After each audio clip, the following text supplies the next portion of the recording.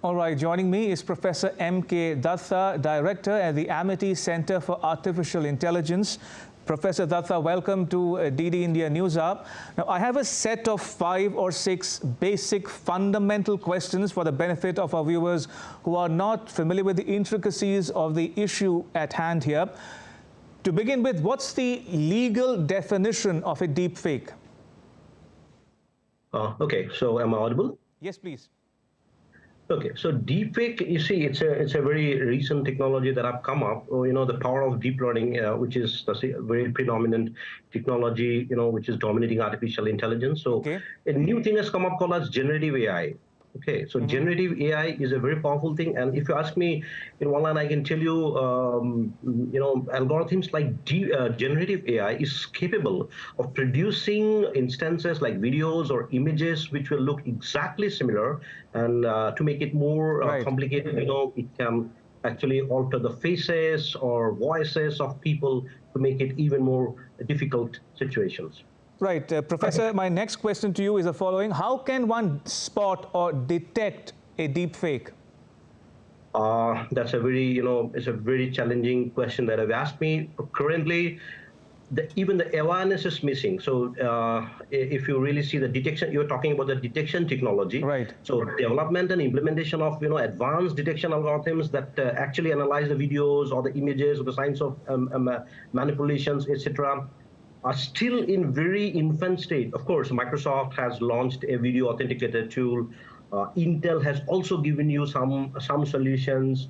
Watermarking may be one of the ways. Blockchain management may be one of the ways. There are technologies, which are, but still we are in the infancy. Fair enough. Professor Dutta, is it a criminal offense in India, punishable by law? If someone makes a deep fake video or photograph of me, for instance, is that punishable by law in India today? You see, from exactly, I cannot mention, but then as cyber laws of our country, there are provisions and the legal complications. I mean, I may not be in a very good position. Fair enough. Yes, but yes, cyber policies of the country is very much, have taken cognizance, and they're working on that. Could you also demystify another issue, a related issue to this entire controversy, as it were? What does the Indian law as it stands today say on this issue of deepfake? Once again, you see, yesterday our own honorable minister has given a statement. I think deepfake is a challenge, and I'm not sure about the law, but cyber laws definitely has got extraordinary sensitivity and regulations to prevent that. But once again, if you ask me about the legal, because I am basically an AI scientist. I understand exactly where you're coming from, but just so our viewers have a fair idea of the issues at hand here, Professor. In other words, if I could rephrase my question, do you think there is a need for a new law or regulation? Oh yes, absolutely. You are there. See, even the top people of artificial intelligence today, there are guys like Hindon, there are guys like Leekan, the guys who actually invented this deep learning technology. They themselves have been very vocal about it. Right. See, social media platforms are so much sensitive or vulnerable that deepfake kind of things has to be curbed at the earliest.